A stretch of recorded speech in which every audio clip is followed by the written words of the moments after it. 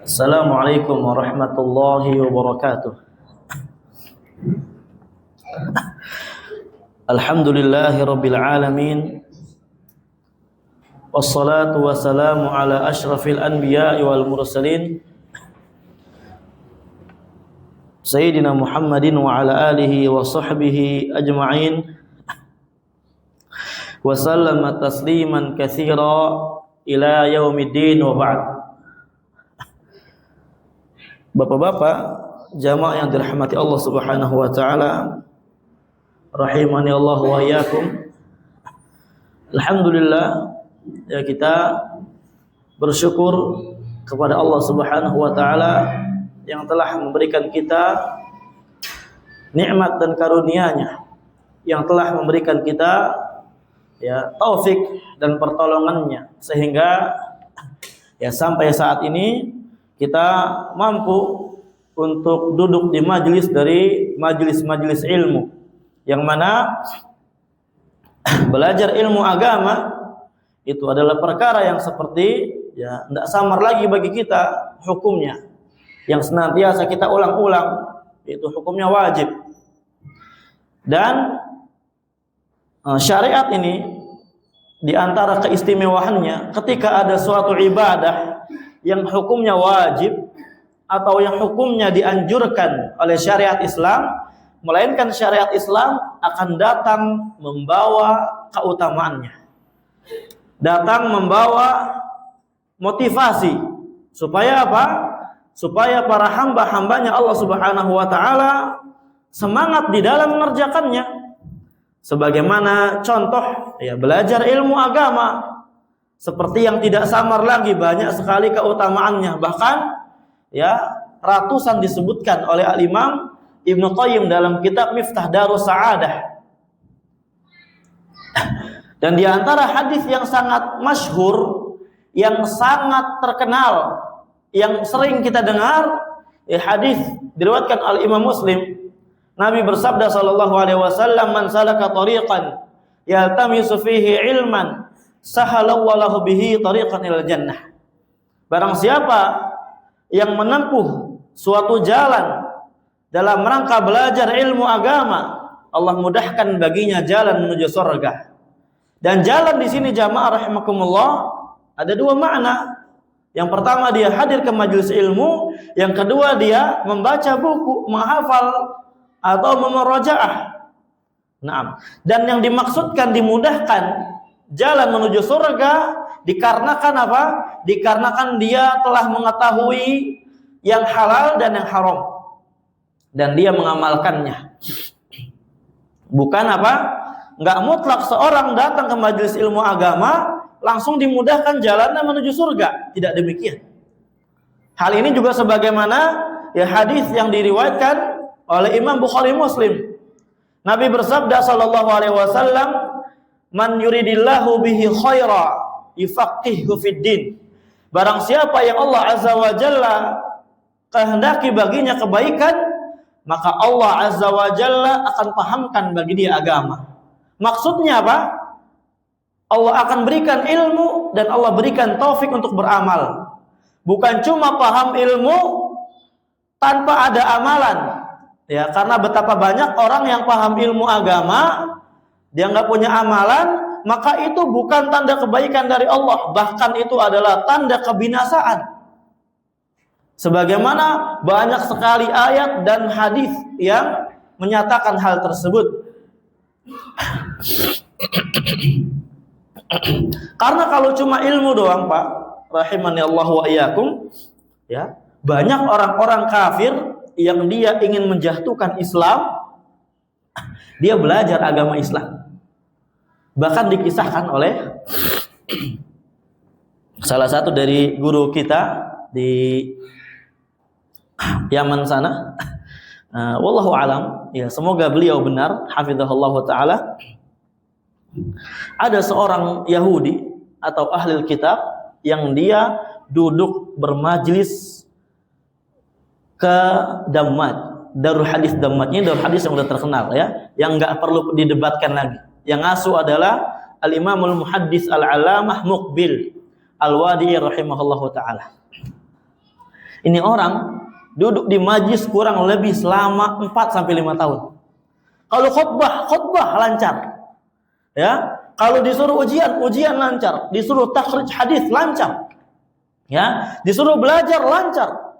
Dikasih pertanyaan, jawaban lancar. Ya, tapi tujuan dia belajar ingin menghinakan dan menjelek-jelekan Islam dari dalam.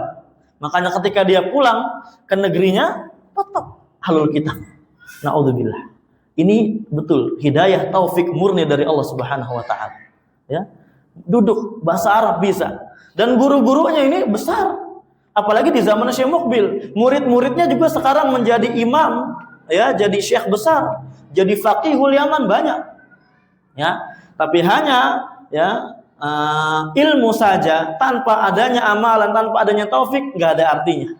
Bahkan ada seorang non-Islam, orang kafir yang dia ingin menjelek-jelekan Islam, ingin menjatuhkan Islam, dia belajar ilmu hadis.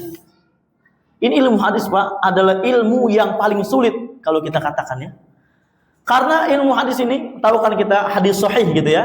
Sahih ini syaratnya ada 4. Sebagian ulama mengatakan ada 5. Di antaranya bersambung ke Nabi SAW, disandarkan ke Nabi SAW, perawinya adil, ya, adil itu hafalannya kuat, kemudian bertakwa kepada Allah Subhanahu wa taala, enggak bohong. Kemudian ya, ternafikan, hadisnya tidak ada illah, tidak ada penyakit. Kemudian tidak ada yang nyeleneh makna hadisnya atau sanad hadisnya. Dan illah ini, penyakit ini, wah, itu ilmu yang sangat berat, yang sangat besar, yang sangat sulit. Bahkan imam-imam yang kita kenal itu, ya, itu enggak semua menguasai ilmu hadis dari sisi ilalnya. Bahkan kalau ada orang zaman dulu, ketika ada alim yang tahu ilmu ilal, dia dianggap seperti penyihir, seperti tukang ramal. Karena nggak tahu kok tiba-tiba bisa ini hadisnya kelihatannya sahih, tapi kok doif.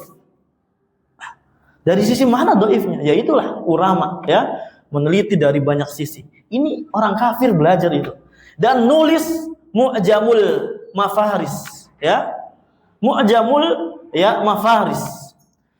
Itu kitab kumpulan kamus-kamus indeks hadis. Potongan-potongan di situ. Kalau kita nih, mungkin di zaman sekarang udah nggak kepake ya. Karena di zaman sekarang ada namanya Maktabah Syamilah, ada Google, HP udah Android semua. Cuma di zaman itu sangat kepake. Ya. Kitab-kitab kayak gitu. Yang mana ini kitab, kalau kita baru tahu misalkan cuma tahu lafaz hadis, man salaka tariqan, kita nggak tahu siapa perawinya, nggak tahu sahabatnya siapa, kemudian imam apa aja yang mengeluarkan, lewat kitab itu bisa kita cari. Oh, ini man, ini apa? Man siapa aja? Man apa aja? Oh, ini dia. Ketemu. Disusun tuh kamus hadis. Tujuan dia ingin menghinakan Islam, menghancurkan Islam. Ternyata sebab itu apa? Islam malah tertolong. Ya. Orang-orang berilmu maka tertolong dengan sebab kitab tersebut. Tapi dia orangnya kafir. Dan gak ada artinya. Ya, tidak ada apa? Artinya. Ya, makanya kita ya terus belajar ilmu dan jangan lupa untuk senantiasa meminta taufik dari Allah Subhanahu wa taala untuk mengamalkannya. Bukan cuma kita bermajlis tapi kita berusaha untuk mengamalkannya. Allahul musta'an.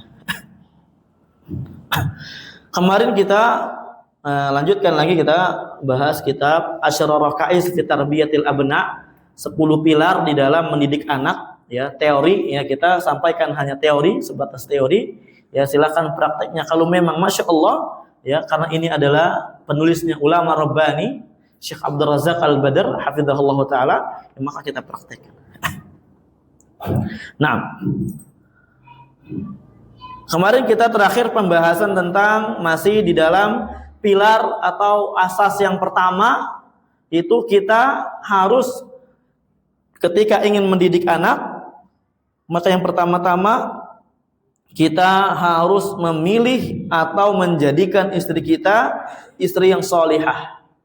Karena istri yang solihah ini adalah istri yang memiliki pengaruh yang sangat besar di dalam pendidikan anak. Kemarin sudah kita kisahkan, ada 2 kisah ya ulama besar.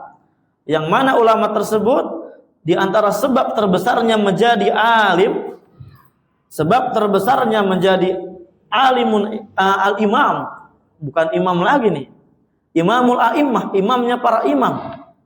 Itu di antaranya Rabi'atul Ra'yi. Yang Rabi'ah ini adalah gurunya Imam Malik. Dan juga kemarin kita kisahkan tentang Imam Malik. Ini dua imam adalah orang ya yang menjadi ulama. Di antara sebab besarnya adalah kesabaran ibunya. Dan ini kan pentingnya peran istri yang salihah di sini. Nah, insyaallah nanti kita akan bawakan lagi satu kisah sebelum kita mengakhirkan bab ini.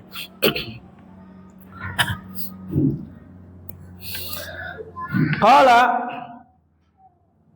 walihada, oleh karenanya kanatiz zaujatu salihah min a'dhamis asbab min a'dhami asbabis sa'adah fid dunya. Oleh karena itu, istri yang salihah itu di antara sebab terbesar seorang mendapatkan kebahagiaan di dunia. Ya, kama akhbara bidzalika nabiyuna sallallahu alaihi wasallam. Hal tersebut sebagaimana yang telah dikabarkan oleh Nabi kita sallallahu alaihi wasallam. Nabi bersabda, "Min sa'adati bani Adam al-mar'atu salihah." Di antara tanda kebahagiaan seorang hamba manakala dia memiliki istri yang salihah. Nah, dan juga kita bawakan kemarin, ad-dunya mata. Ya, ini yang sering dibawakan hadis-hadis ini oleh ikhwan-ikhwan yang baru hijrah biasanya. Ad-dunya mata. Dunia itu adalah perhiasan. Wa khairu mata'id dunya al-mar'atu shalihah. Sebaik-baik perhiasan adalah istri salihah, dan betul. Ya. Nanti kita akan jelaskan. Wa inna makanatil mar'atu shalihah juz'an min sa'adatil mar'a. Sebab seorang istri solehah itu adalah menjadi bagian dari kesenangan seorang hamba, li'anna fiha sifatin la tatawaffaru illa fis solihah minan nisa. Karena di dalam istri yang solehah terdapat sifat-sifat yang tidak akan bisa didapatkan kecuali hanya pada istri-istri yang solehah saja. Dan sifat-sifat inilah yang membantu nanti mendidik anak. Ya. Kal ikhlas, seperti ikhlas. Ini penting, ya. Karena seorang kalau nggak ikhlas, biasanya dia akan mengungkit ini dan itu dan semisalnya. Tapi kalau dia ikhlas mendidik anak, ikhlas di dalam taat kepada Allah Subhanahu wa taala, ikhlas di dalam membantu suami enggak mengucapkan terima kasih pun enggak masalah. Karena dia tujuannya apa? Mencari ridhonya Allah Subhanahu wa taala. Disebutkan itu di dalam kitab-kitab, di antaranya ya sifat zaujah salihah. Wan nushi, dan suka menasihati, wasidqi. Nah, ini sidq adalah jujur. Ini kejujuran adalah ya bekal utama, bekal yang sangat penting. Wal amanah. Oh, apalagi amanah.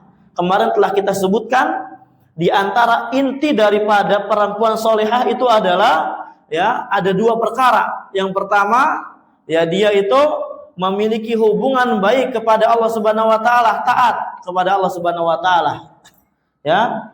Dia qanitatun, as-salihatu qanitatun, kata Allah. Perempuan salihah adalah perempuan yang taat kepada Allah Subhanahu wa taala. Berusaha mengamalkan perkara yang diwajibkan oleh Allah kepadanya. Dan di antara perkara yang wajib itu adalah taat kepada suami, membantu suami. Dan tapi di ayat ini uniknya, Pak, diulang lagi. Ya, perempuan salihah selain qanitatun, hafizatun lil ghaibi bima hafizallah. Dia mampu menjaga hak-hak suaminya, baik suaminya ada ataupun suaminya enggak ada. Kan artinya apa? Artinya perempuan salihah itu di antara perkara yang Allah wajibkan kepadanya, taat kepada suami. Kok diulang lagi? Menunjukkan ini perkara yang sangat besar. Ya, ini perkara yang sangat besar, perkara yang sangat ditekankan. Ya, taat kepada seorang suami. Karena banyak yang mindset sebagian perempuan itu ya ketika lagi beramal soleh kemudian dilarang oleh suami, dipikir apa? Melarang ke amal soleh, melarang kebaikan. Dan orang yang perempuan yang kayak gini, yang dia membantah suaminya, umpamanya contoh misalkan ya, ini perempuan udah kajian misalkan sepekan 2 kali, udah cukup misalkan. Ini suami bilang, udahlah jangan tambah lagi, silakan di rumah aja, bantu-bantu di rumah, kajian di rumah, di YouTube ada. Enggak, saya tetap mau kajian. Saya tetap mau kajian. Loh, kamu kok udah di rumah saja? Dibalikin lagi, loh, kamu kok malah ngelarang ini? Ini kan taat kepada Allah Subhanahu wa taala. Ini perempuan enggak ada artinya di mata Allah Subhanahu wa taala. Dan ini banyak. Ya, Anda pernah dapat kisah ada seorang istri solehah, ya.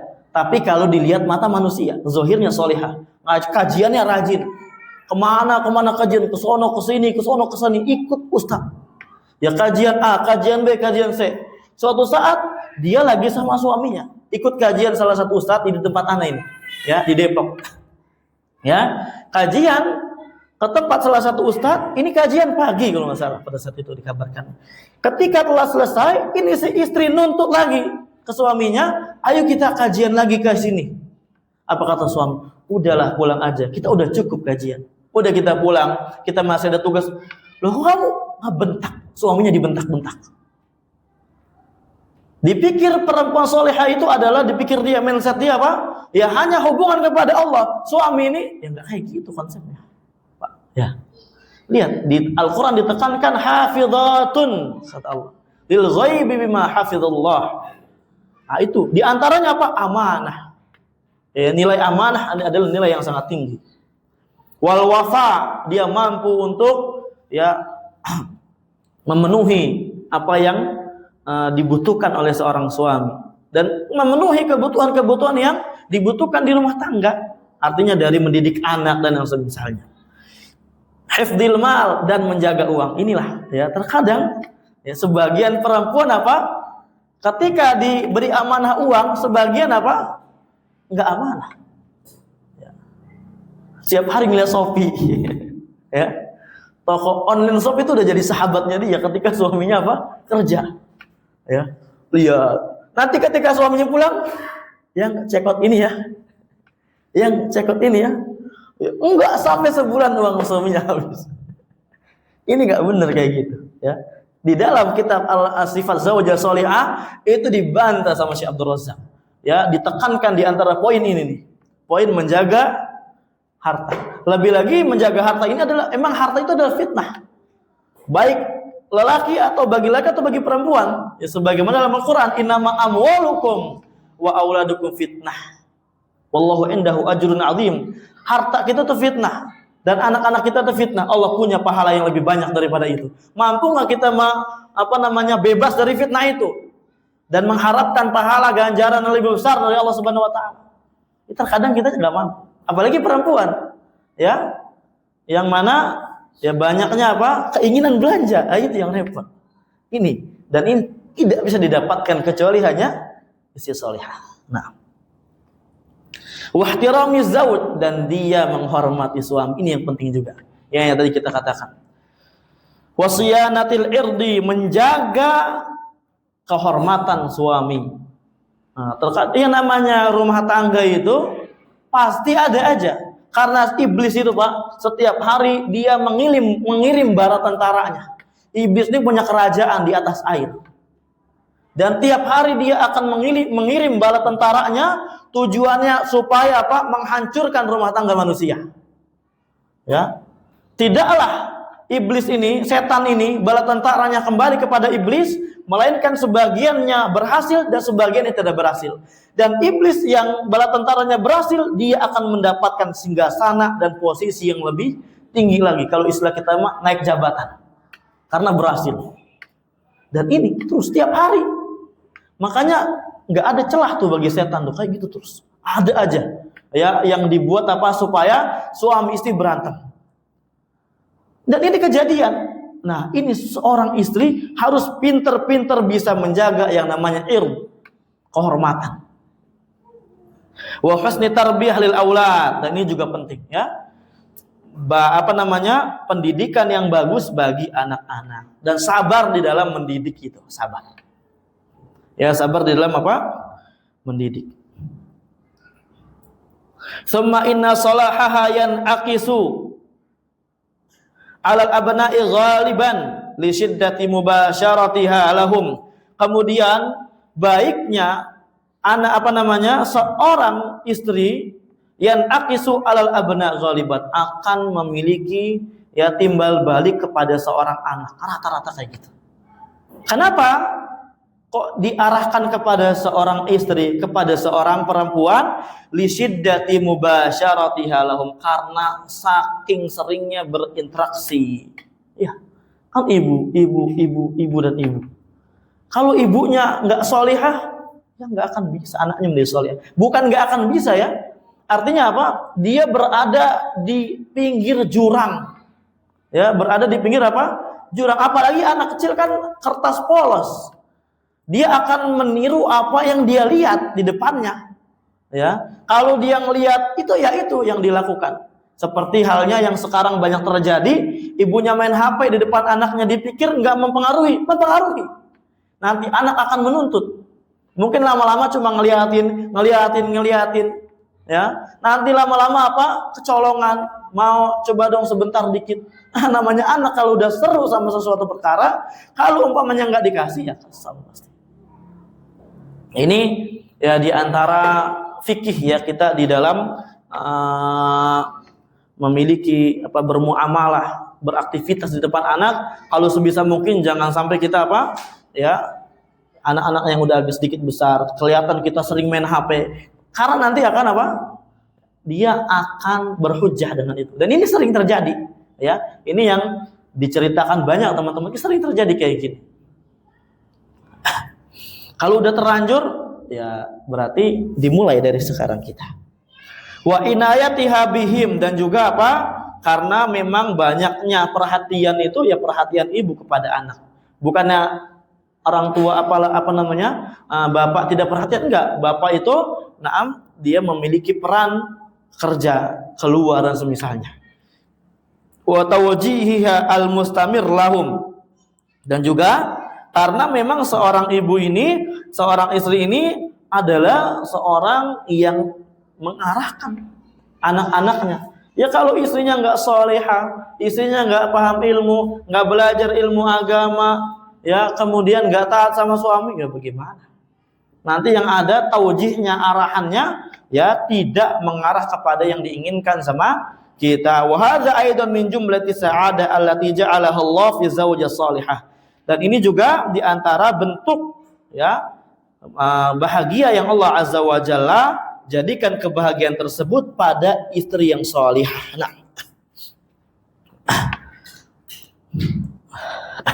Kemarin kita sudah sebutkan ya kisah daripada Imam Malik. Kisah siapa? Imam Malik rahimahullahu taala, yang mana beliau sebab menjadi imam besar yaitu karena beliau dimotivasi sama ibunya, terus disuruh berangkat ke majlisnya Rabi'ah. Idzhab ila Rabi'ah, ta'allam minhul adab qabla al-ilm. Belajar darinya adab sebelum ilmunya. Coba, ini Imam Malik kecil. Lihat ibunya paham banget, adab dulu, adab.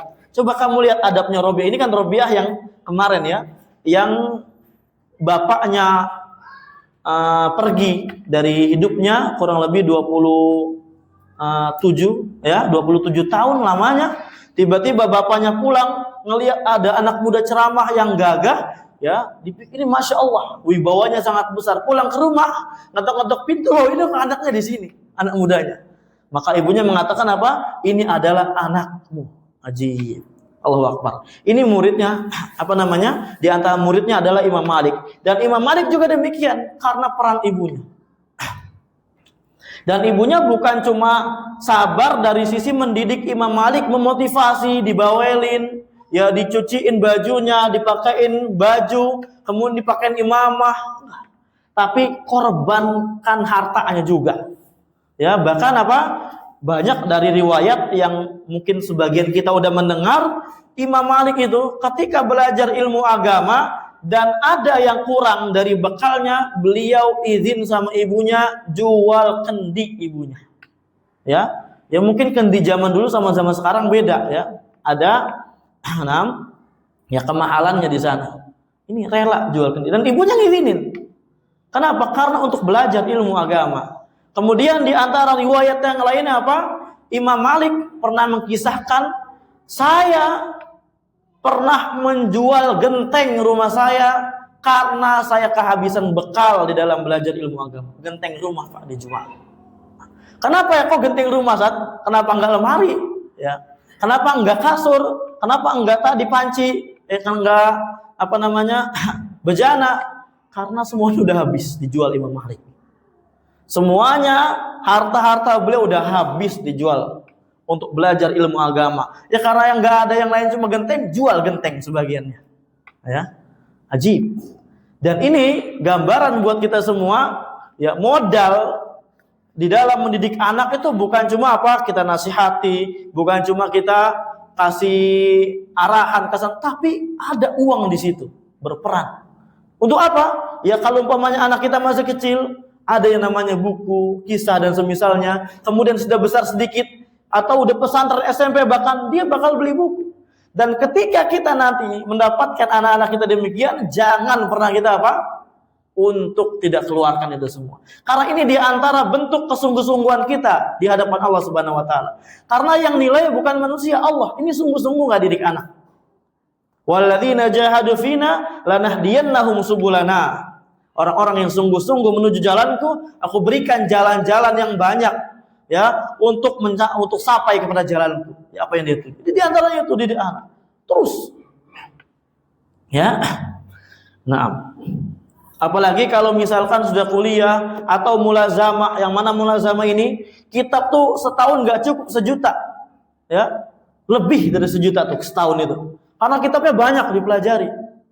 Apalagi belajar ilmu nahwu aja itu Pak, kita hitung itu dari awal sampai akhir itu maksimal ya sampai pelajaran tinggi lah udah cukup. S1 rata-rata Lipia S1-nya pakai itu, Madinah itu kurang lebih ada 4 sampai 5 buku. Ya, belum akidah dan tauhid dicampur mungkin 20 buku baru selesai di tempat mulazamah itu. Ya, di tempat mulazamah kayak gitu. Buku terus kitab-kitab para ulama. Itu baru tauhid sama nahwu. Ini kan besar banget. Memang, ya, memang besar. Cuma Allah Azza wa Jalla akan melihat bagaimana kesungguh-sungguhan kita. Nah, dan bagaimana keikhlasan kita itu poinnya. Ya, karena mempengaruhi nanti. Dan ana bawakan di sini kisah satu lagi.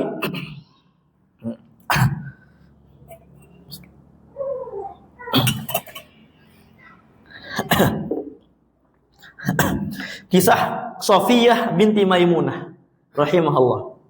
Ini mungkin kita asingnya. Kayak ada mungkin baru pertama kali kita dengar, ya, kita nggak kenal siapa ini Sofiyah binti Maimunah ini. Beliau ini adalah ibundanya Al-Imam Ahmad bin Hanbal. Ini kalau kita lihat ilmu hadisnya dan kekuatan hafalannya, ini adalah beliau ini imamud dunya fil hifdz, di dalam hafalannya. Ya, walaupun beliau datang itu di akhir-akhir, ya bahkan beliau udah nggak masa tabiut tabiin. Tabiut tabiin tuh yang paling akhir, Tobaqoh, deretan paling akhir tuh Imam Malik bin Anas. Itu udah tabiut tabiin tuh. Nah, masa-masa tabiut tabiin akhir itu. Imam Malik ya di bawahnya. Imam Ahmad, Malik, kemudian Syafi'i berguru dengan Malik, Syafi'i juga nggak masuk. Nah, Ahmad ini adalah yang paling muda. Ya, yang paling muda dari imam-imam yang ada, imam mazhab yang ada. Nah, kita akan bacakan sedikit di sini.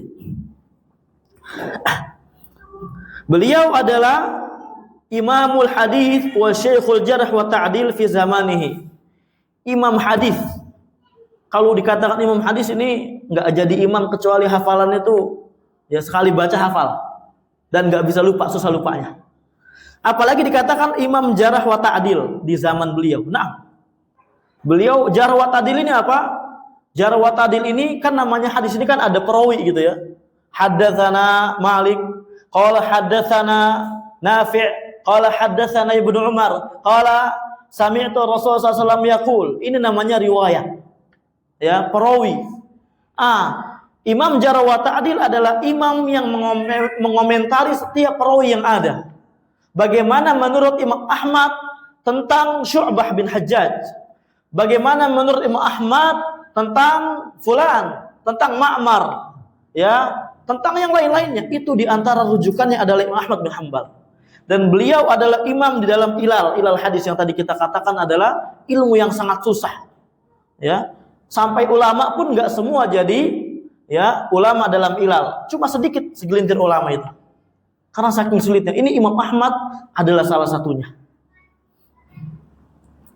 Faqad kana rahimahullah ayatan fil hifdzi wa thabatan fil naql. Dan Imam Ahmad rahimahullah adalah imam ayatan. Apa ayatan? Tanda-tanda kebesaran Allah Azza wa Jalla di dalam hafalannya dan sangat kokoh di dalam penukilannya.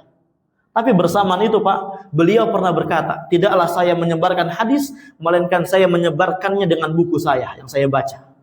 Beliau punya kitab Musnad Imam Ahmad. Ya, Musnad Imam Ahmad ini adalah kitab yang sangat besar. Kalau di zaman sekarang dicetak muhakkik itu kurang lebih ada 52 jilid. Musnad Imam Ahmad bin Hanbal. Ya. Alim, kabir. Bahkan di antara sanad hadis yang ada dalam musnad ini itu terkadang lebih sahih derajatnya daripada sahih Bukhari Muslim. Yang para umat sepakat, kecuali orang Syiah ya, para umat sepakat kitab yang paling sahih setelah Al-Qur'an adalah Bukhari.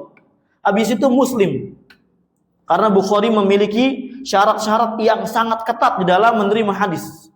Kalau Muslim agak sedikit longgar, walaupun kitab yang paling sahihnya, ya. Baru di bawahnya nanti ya Kutubus Sittah, Masanid, Musnad Ahmad, Al-Bazzar, Abu Ya'la dan semisalnya.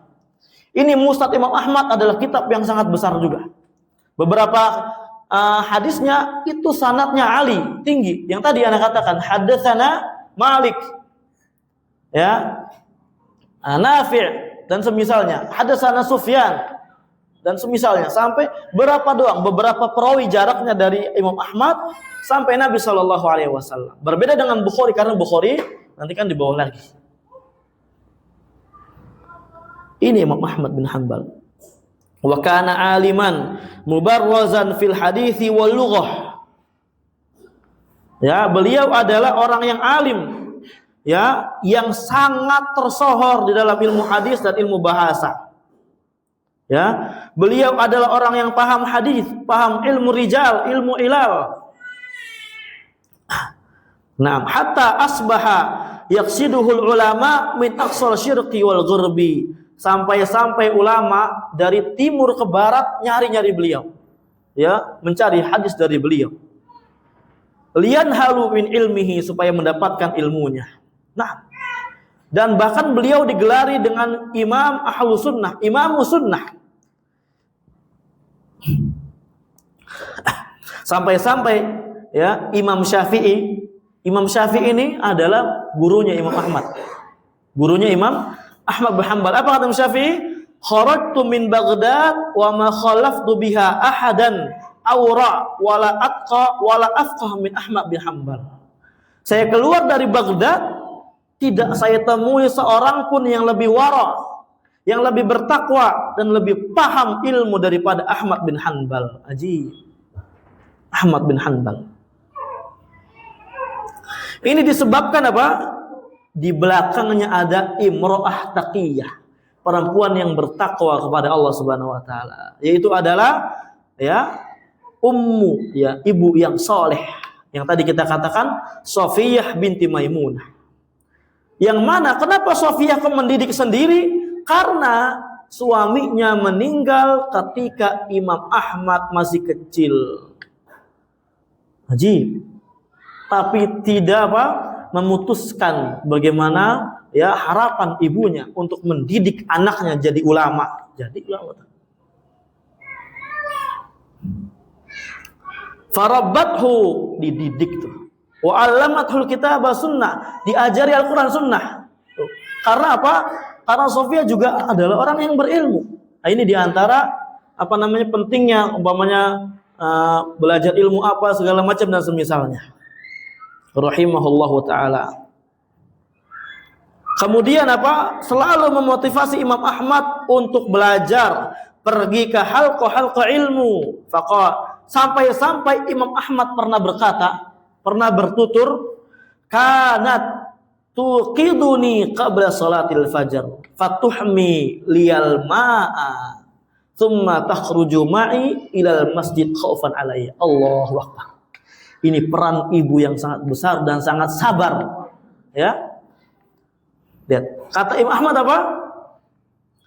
Kebiasaan ibu saya itu membangunkan saya sebelum waktu subuh.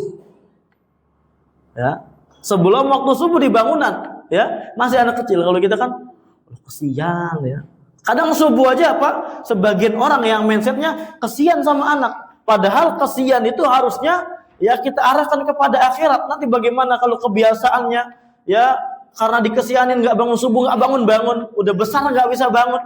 Ya dan billah, justru masih kecil. Ya kita didik, makanya di dalam hadis kata Nabi SAW apa? Muru abna'akum bisalah li sab'in wadribuhu 'alaiha li ashrin.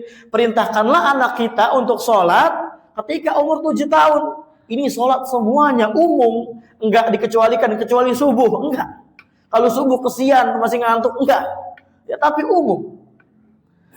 Kalau udah 10 tahun enggak mau sholat juga pukul, ya tapi bukan dihajar ya, tapi pukul kata para ulama pukulan yang mendidik, bukan pukul muka dan pukulan yang tidak berbekas.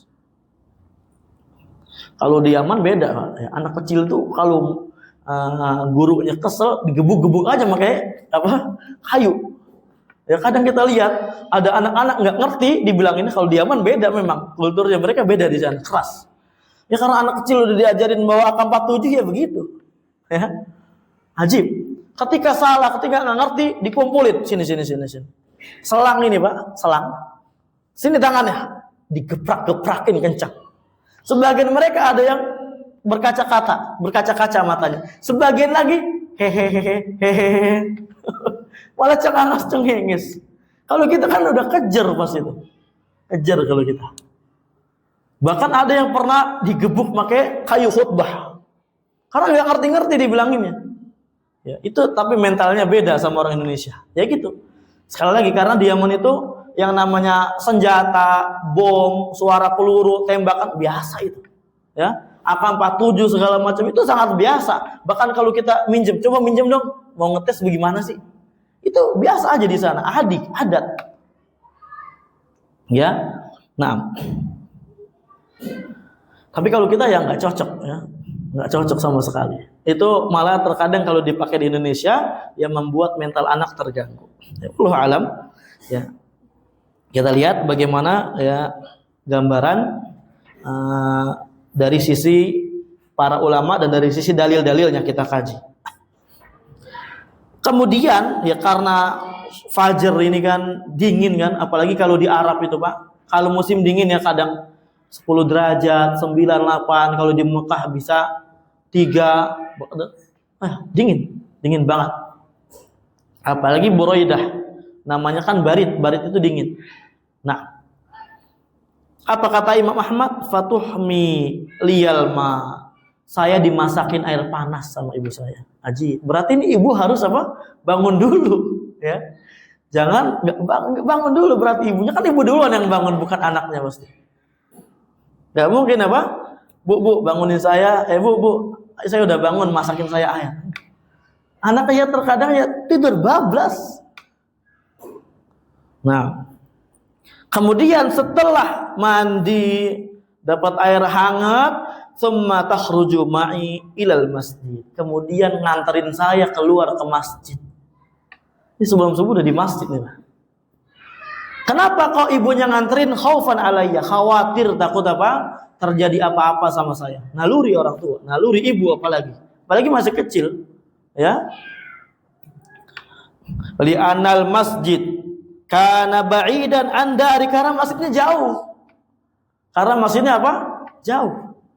Ya, khawatir ada apa yang namanya gurun pasir kan? Jangankan dulu, sekarang aja kita di gurun pasir tinggal, nggak bisa ketemu kalau malam-malam jalanan kalau masih belum terang.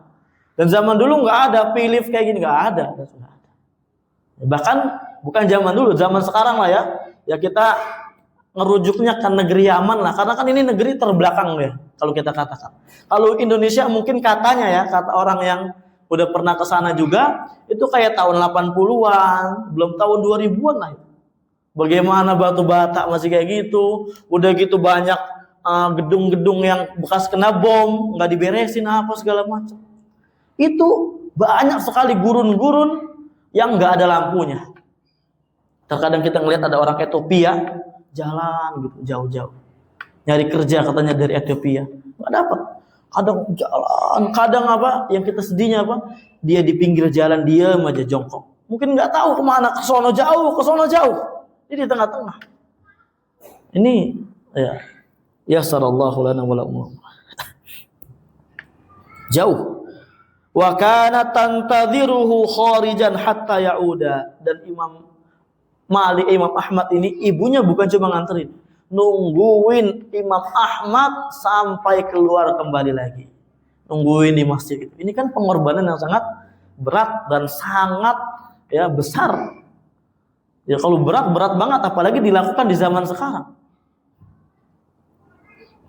Ya karena mungkin ini bapaknya sudah tidak ada. Nah, tapi nggak putus asa di dalam mentarbiyah anaknya. Wa hakadha ta'malu fi hayatiha. Dan demikianlah ya, ibundanya Imam Ahmad senantiasa melakukan hal tersebut di kesehari-hariannya. Ya. Mana ini?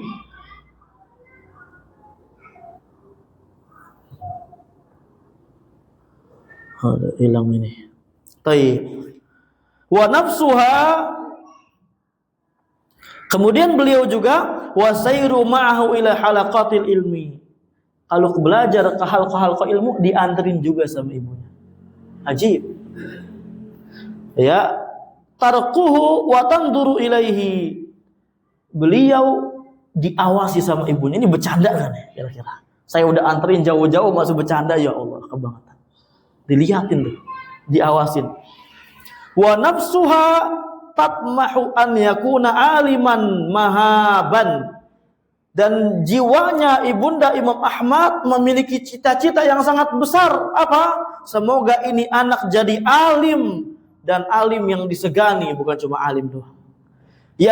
Kemudian apa? Yamla'ud dunya ilman wa fiqhan. Kemudian ya di dalam dirinya beliau, semoga nih di dalam diri anak ini diisi dengan ilmu dan fikih, yang mana sumbernya apa?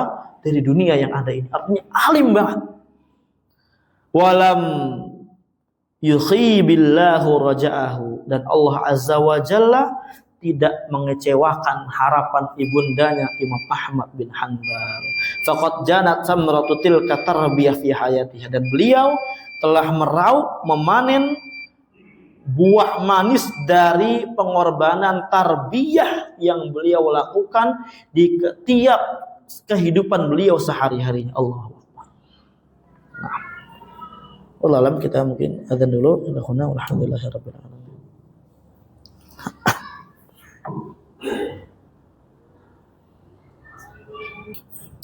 Kita lanjut sebentar. Bismillah, alhamdulillah, wassalatu wassalam ala Rasulullah ba'd. Ya, tadi kita sebutkan bahwasanya ibundanya Imam Ahmad bin Hanbal rahimahullahu taala tidak disia-siakan ya oleh Allah Azza wa Jalla, tidak dikecewakan oleh Allah Azza wa Jalla, daripada harapan beliau. Karena kalau kita lihat ya roja, karena dia berharapnya kepada Allah Subhanahu wa taala. Ya, betul-betul mengikhlaskan di dalam mendidik anak. Mengikhlaskan, terus betul-betul ya berdoa kepada Allah Subhanahu wa taala, sebagaimana nanti kita akan bawa di antara sebab cara mentarbiyah anak yaitu adalah berdoa.